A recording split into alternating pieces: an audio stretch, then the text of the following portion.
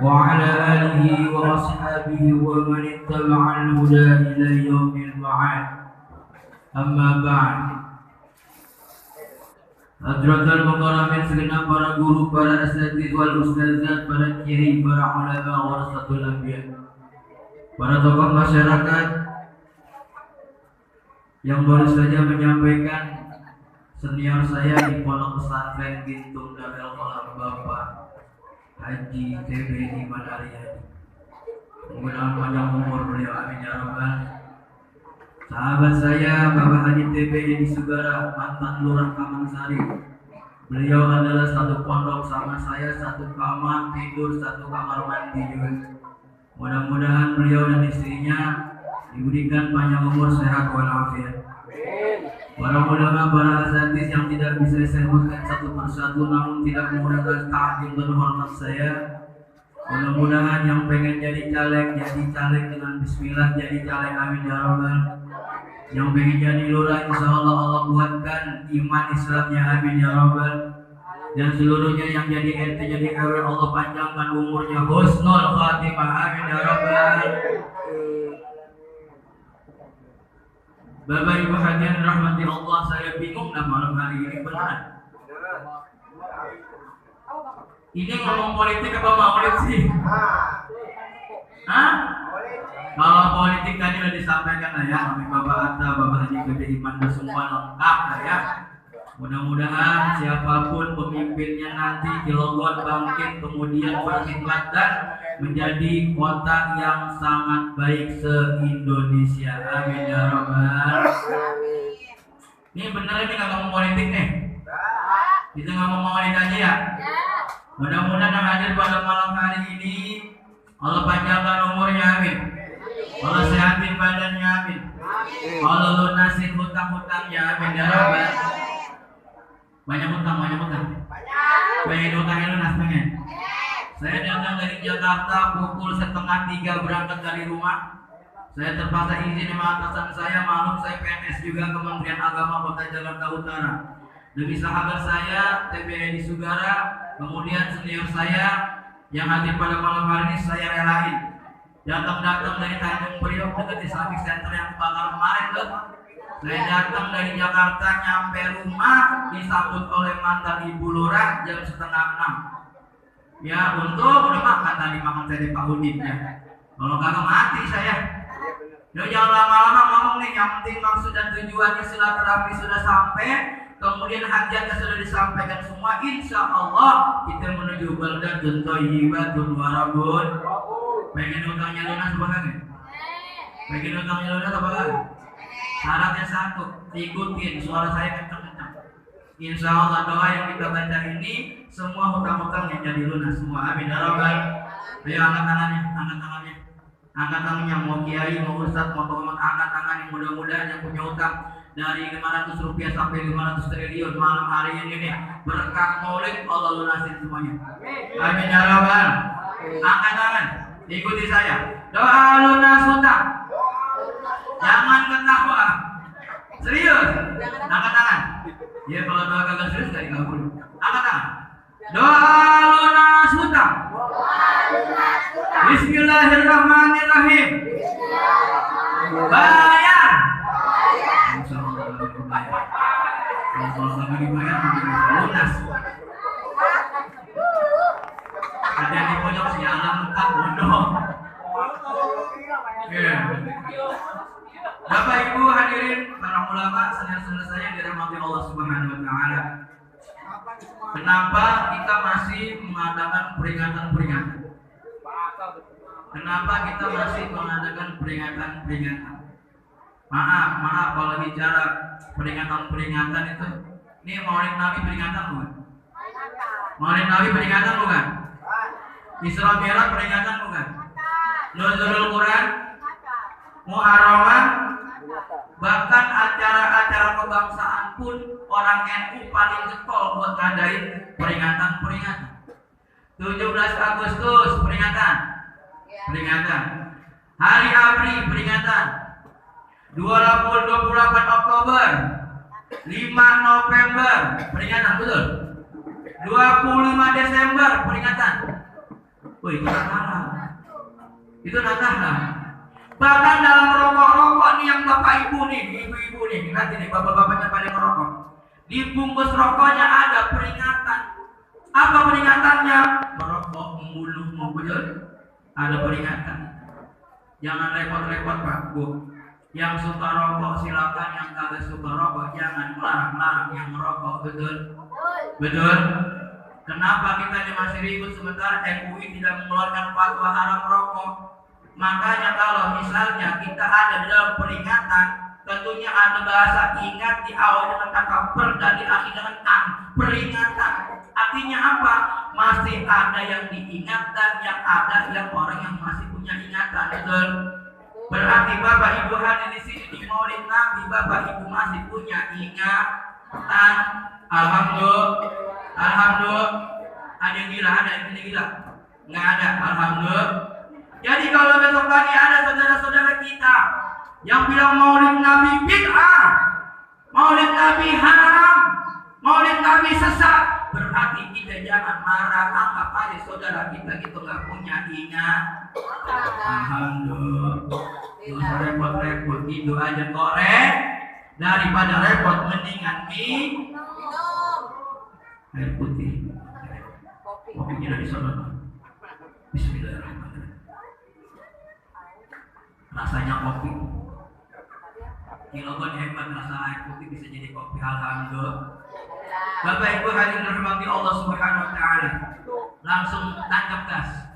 Saya besok pagi ada kuliah subuh dan acara manasik. Mohon maaf izin karena kita mulai jam 10 nih. Ini sampai jam berapa nih Bapak Ibu? Sampai jam 12 kuat. Sampai jam 1 kuat. Jam 2 kuat. Lu aja lu aku mah jauh. Ya. Setengah jamnya. Ya. Bicara Maulid Nabi kita bicara akhlak. Bicara Maulid Nabi kita bicara sosok orang yang punya akhlakul karim. Kenapa kita memperingati Maulid Nabi Muhammad? Yang pertama alasan saya. Yang pertama kita harus bangga dan bersyukur bahwa umat Islam dipimpin oleh seorang nabi dari pemimpin 124.000 nabi dan 313 rasul. Alhamdulillah. Mungkin ada yang nanya, Pak Ustaz, kalau rasul ini pemimpinnya para nabi dan rasul, kenapa datangnya belakangan? Biasanya kalau jagoan kan datangnya duluan, betul? Ini Rasulullah Khatamul Anbiya wal Mursalin, pemimpin para nabi dan rasul, datangnya kalau pemimpin belakangan. Ada yang nanya gitu nggak? Ada yang nanya gitu nggak kira-kira? Nah kita jawab malam hari ini. Rasulullah jagoannya Pak, Rasul pemimpinnya, kok datangnya belakangan? Contoh, Bapak Ibu pengennya di kampung yang didatangin wali kota, misalnya nih. Wali kota pengen datang ke apa kampung apa? Hah? Kampung baru. Wali kota pengen datang ke lingkungan baru nih, kampung kita. Wali kota pengen datang. Kira-kira yang datangnya wali kota apa RT duluan? Hah? Wali kota pengen datang, yang datang ke begini RT duluan, wali kota langsung. RT duluan, RT datang keluarga. Pak Bu, besok dia rapiin di rumah, rapiin. Buat rapiin semua sampah, rapiin. Ada wali kota pengen datang besok, betul nggak? RT datang, sorenya datang siapa? RW. Mantap, udah rapi belum? Besok Pak Wali Kota datang. Betul? Habis RW datang lurah ninjau, udah rapi belum nih pelampangnya? Udah rapi belum? Musiknya udah siap belum? Makan udah siap belum? Terus RT, RW, lurah, camat, besoknya datang wali kota. Jadi tahu jawabannya kenapa Rasul datang belakangan. Datangnya belakangan Rasul tahu ya alasannya sekarang. Alhamdulillah, yang namanya jagoan datangnya belakangan. Kalau nggak percaya nonton aja film India. Ya, saya nonton film India sering. Jagoan datang belakangan apa duluan? Datangnya belakangan. Allahumma sholli ala. Ya, alasan kedua kenapa kita harus maulid? Kenapa alasannya satu lagi? Karena kita cinta sama Nabi. Bapak Ibu cinta sama Nabi. Bapak Ibu cinta sama Nabi. Sekarang saya mau nanya Ibu, Bu, halo, jalan-jalan mau di surga, saya pengen nanya, Ibu cinta sama Nabi apa cinta sama lakinya? Nabi, masya Allah. Nih, sana kata bapak ya. Pak, jawab baik Pak, kompak ya Pak ya. Bapak cinta Nabi, apa cinta janda sebelah? Hah? Allahumma sholli ala. Kita datang berkumpul di sini karena cinta kita kepada Nabi Muhammad sallallahu alaihi wasallam. Kenapa kita harus bangga punya Nabi Muhammad? Bapak dan Ibu, kita harus tahu bahwa Rasulullah manusia mulia. Tidak ada lagi kemuliaan dimiliki oleh selain Rasulullah sebagai manusia. Nah, harus kita pahami. Karena Rasul mulia dapatnya kopi. Alhamdulillah. Alhamdulillah. Di Cilegon mah kagak boleh ngomong sembarangan Pak. Baru sertifikat enggak. Tadi ada tuh masjid di Sumbang. Ini Ustaz di Sumbang pakai ini tadi. Rumah jauh soalnya. Bapak Ibu hadirin rahmati Allah Subhanahu wa taala. Ya, alhamdulillah mudah-mudahan panjang umur sehat walafiat. Ya, lahir batin enggak kurang satu apa. Rasul manusia yang mulia. Saking mulianya Rasulullah Muhammad, apa yang ada dalam tubuhnya itu ikutan mulia. Ini buat penjaga Rasul kan manusia biasa. Muhammadun basarun wa laysa kal basar.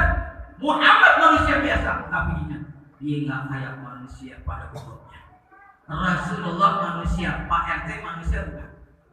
Jawab, Rasul manusia, Pak RT manusia bukan? Rasul meludah, RT meludah kagak? Rasul meludah, ludahnya Rasul obat. Ali bin Abi Thalib suatu ketika kena sabetan pedang matanya. Sahabat laporan Rasul, ya Rasul, Ali bin Abi Thalib terkena sabetan pedang matanya hampir buta. Dipanggil Ali, ta'al ya Ali. Ali, mari. Diludahin mata Ali bin Abi Thalib. Wih, langsung hilang muka tanpa operasi. Allahumma sholli ala. Ibu-ibu sakit mata datang ke rumah Pak RT. Mata saya sakit, yang diludahin mata saya dong. Diludahin sama Pak RT. Insya Allah buta dua-duanya. Subhanallah. Rasulullah manusia, Pak RT manusia, tapi Rasul bukan kayak manusia biasa. Makanya kita harus bangga kenapa punya Rasul. Kalau bangga punya Nabi Muhammad sebagai pemimpin kita, karena Rasul adalah manusia yang bukan kayak manusia. Rasul adalah makhluk yang mulia, yang kemuliaannya cuma diakui oleh Allah dan para malaikatnya. Bapak Ibu hadirin dirahmati Allah, saya pengen nanya, Rasul keringetan apa enggak? Rasul keringetan apa enggak? Pak RT keringetan enggak? Pak RT keringetan enggak? Jawab, Pak. Suatu ketika Rasulullah pulang ke rumah, Siti Aisyah melihat dari hordeng. Suami saya pulang. Kemudian Rasulullah datang ke pintu. Assalamualaikum, waalaikumsalam. Disambut tangannya, cium bolak-balik Aisyah. Assalamualaikum ya zaujati, waalaikumsalam ya habibi ya Rasulullah. Kemudian Aisyah langsung ambil selampet buat nolak keringatnya Rasul. Habis keringat itu dilap, mukanya dilapin keringatnya, semuanya jidatnya dilap keringatnya, dan sampai itu tidak langsung dicuci tapi disimpan samping dipan. Kenapa? Karena Rasulullah keringatnya harum. Ibu pengen kondangan, nggak punya parfum. Ingat saya punya RT. Datang ke rumah Pak RT. Pak RT lagi keringetan. Ibu ngomong, Pak, kenapa gua mau kondangan nih? Parfum gua habis dah. Emang apa? Minta keringetnya dong. Ini dikasih Pak RT. Diambil keringet Pak RT, kemudian taruh di kacang ibu, taruh di hidung ibu. Insya Allah pingsan. Rasulullah beda dengan RT. Lalu tanya lagi yang terakhir nih. Rasulullah biar kita bangga punya Nabi. Ya, ini kalau maulid Nabi dibilang bid'ah, maulid Nabi dibilang sesat, kagak ada lagi peringatan maulid Nabi. Siapa yang mengenalin Rasul pada anak-anak kita? Kalau bisa nih setiap malam kalau perlu maulid Pak, ya ceritain kebagusan Nabi Muhammad, ceritain kemuliaan Nabi Muhammad pada anak-anak kita. Kalau bukan kita lagi, siapa yang mengenalin Rasulullah pada anak-anak kita? Saya pengen nanya, Rasulullah manusia kira-kira kencing apa kagak? Kencing apa kagak? Pak RT? Kencing juga. Dulu ada pembantu Rasul namanya Ummu Salamah. Ini kalau kelakuan orang Arab zaman dulu, Bu. Ini kasih tahu. Udah pernah Arab pernah? Insya Allah kita naik haji, amin ya Rabbal. Naik umrah, amin ya Rabbal. Saya doain sekarang Kementerian Agama, saya tahu Bapak Ibu semua namanya udah ada. Saya orang Kementerian Agama, wallahi saya orang Kementerian Agama, nama Bapak Ibu semua ada semuanya di Kementerian Agama. Ya, tinggal bagaimana bayarnya doang. Nah iya, insya Allah naik haji, amin ya Rabbal. Amin ya Rabbal. Punya duit, lalu gimana naiknya? Nah, ke Arab, orang-orang Arab biasanya kalau pipis mah itu nggak ada toilet zaman dulu, nggak ada WC, kencingnya di dalam semacam bejana, taruh di botol. Termasuk Rasulullah SAW, dia kencingnya di dalam bejana, di dalam botol, nggak langsung dibuang, simpannya di bawah kolong ranjangnya. Suatu ketika pembantunya Ummu Sulaim ngebenahin ada botol yang namanya di bawah ranjang. Dilihat airnya jernih, dilihat harum wangi itu air, langsung diminum. Belum cerah mukanya, seger. Rasulullah nanya, wahai pembantuku yang mulia, apakah engkau melihat ada air di kolong bejana, di kolong ranjang? Ah, enggak ya Rasul, kemana itu airnya? Saya minum ya Rasul. Rasul senyum sampai kelihatan giginya. Dia ngomong, wahai Ummu Sulaim, itu yang kau minum tahu nggak apa? Air kencing gua. Kaget dia. Kalau air kencing kok nggak bau? Kalau air kencing kok airnya jernih kagak butuh. Nggak apa-apa Ummu Sulaim, aku doakan kamu tidak akan pernah sakit perut sampai hari kiamat. Shallallahu alaihi Nabi Muhammad. Bu, saya mau nanya, Pak RT kencing nggak? Habis lu teh aneh gitu ya. Pak RT kencing nggak? Ibu sakit perut, rumah sakit malam tutup, klinik kagak buka, yang buka cuma rumah Pak RT. Ibu datang rumah Pak RT, Pak RT, saya sakit perut, tolong dong kencingin nih di botol.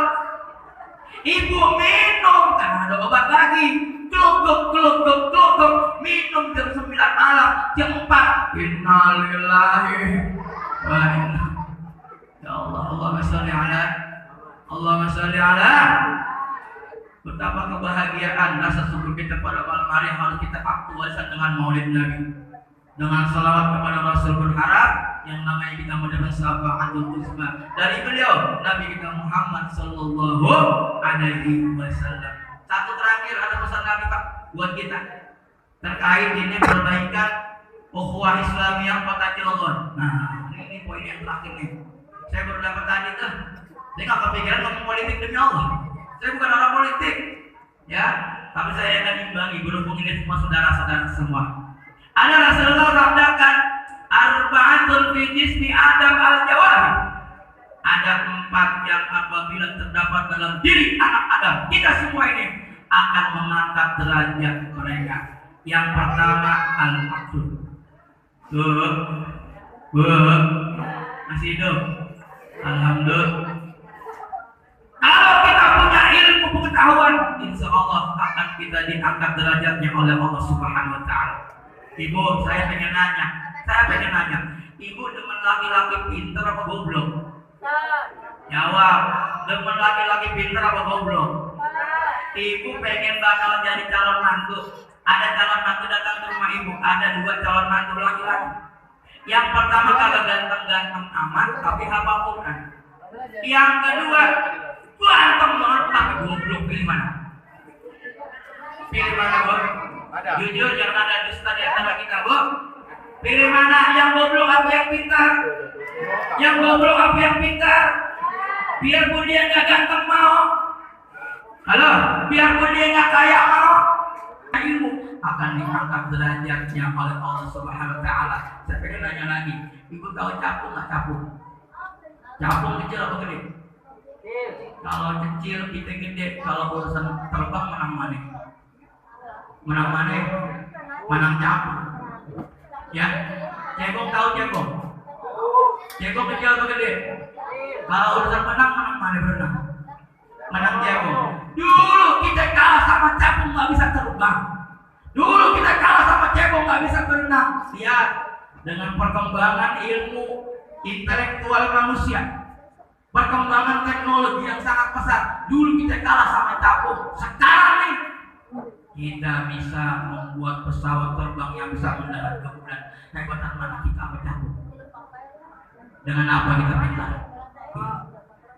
Dulu kita nggak bisa berenang, kalah dengan cebong. Sekarang kita bisa membuat kapal selam yang kita jual di pinggir-pinggir jalan, yang namanya empek-empek kapal selam.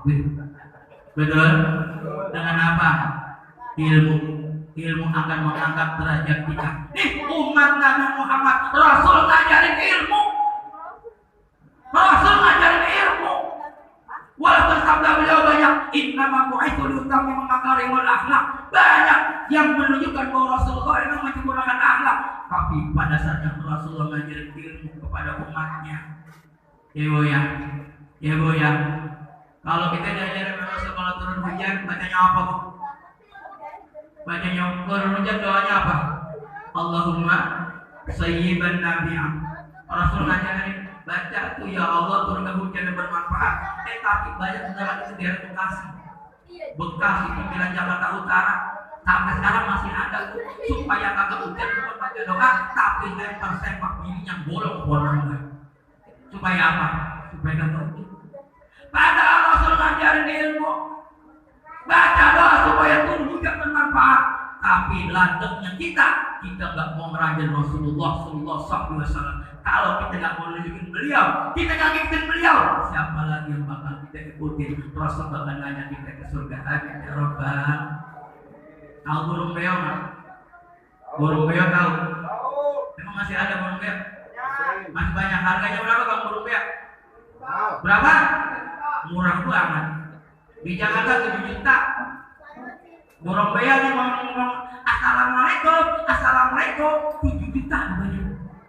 Ini Ustaz dari Jakarta datang setengah 3 nyampe setengah 6. Kira-kira dibayar berapa mereka? Ya, makanya Ustaz mohon maaf kepada masyarakat, jangan pernah bangga jadi manusia kalau nggak punya ilmu. Sebab kenapa? Saya Ustaz sama burung beo masih kalah. Betul? Betul? Saya mau nanya lagi, burung merak yang mahal apanya? Bulunya. Bulu ayam merak. Kalau yang dipilih yang paling super itu diekspor ke luar negeri, bisa jutaan rupiah. Kalau bulu Ustaz siapa yang menyabutin? Jangan ngaku-ngaku mulia Ustaz. Bulu kita ini masih kalah sama bulu ayam merak, betul? Kalau bukan ilmu Allah nggak akan angkat derajat kita. Yang terakhir saya mau nanya nih, kalau burung walet yang mahal apanya? Burung walet yang mahal apanya?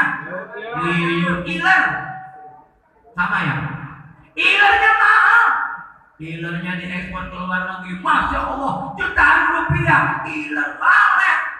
Ini ada Ustaz ngaku mulia, Pak RT ngaku mulia. Siapa yang menandangin iler RT? Salih ada. Jangan sok-sok mulia kalau nggak ada ilmu, Pak. Makanya pengen jadi tokoh masyarakat, pengen jadi RT, pengen jadi RT, pengen jadi umat Rasulullah, harus punya ilmu pengetahuan yang cukup. Supaya apa? Supaya pintar. Tapi apakah pintar cukup? Tidak.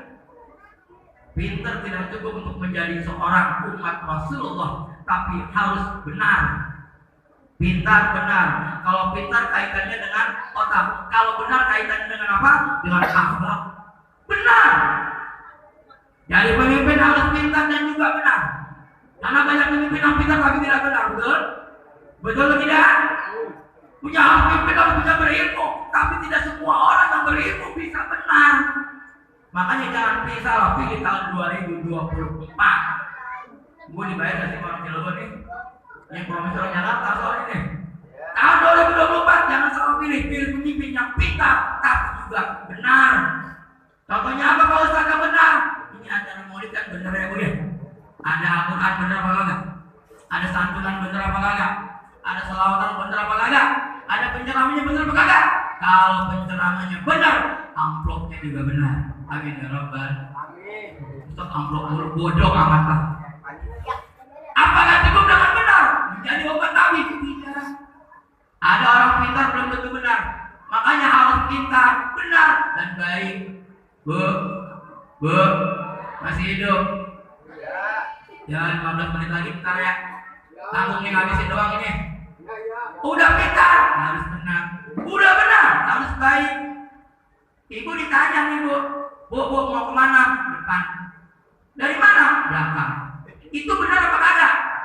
Benar. Baik atau tidak? Tidak. Bu RT mau kemana? Baru. Dari mana sih? Mau tahu aja lu. Benar apa kagak? Benar. Tapi baik atau tidak? Tidak baik. Makanya pemimpin yang baik harus pintar, benar, dan baik. Apakah cukup pintar, benar, dan baik itu? Tidak. Pemimpin yang benar, pemimpin yang baik, pemimpin yang pintar harus juga bagus. Kenapa? Orang pintar belum tentu benar, benar belum tentu baik, dan baik belum tentu bagus. Pilih yang bagus. Bagus apanya? Ukur kakaknya. Bagus apanya lagi? Perilakunya. Bagus apa lagi? Janjinya ditepati atau tidak. Nih kalau bicara bagus, mohon maaf nih bu. Ini Jakarta, buat Cilegon nih bu. Di Jakarta tuh ada yang namanya Citayam, Sudirman, Bojong, Depok. Ada anak ABG ditanya gadget passwordnya apa, selebel. Ibu tahu nggak selebel? Ya Allah, bahasa macam-macam berkembang. Beneran ini, ngomong dikali-kalin. Anak SMP kata tuh berani bu.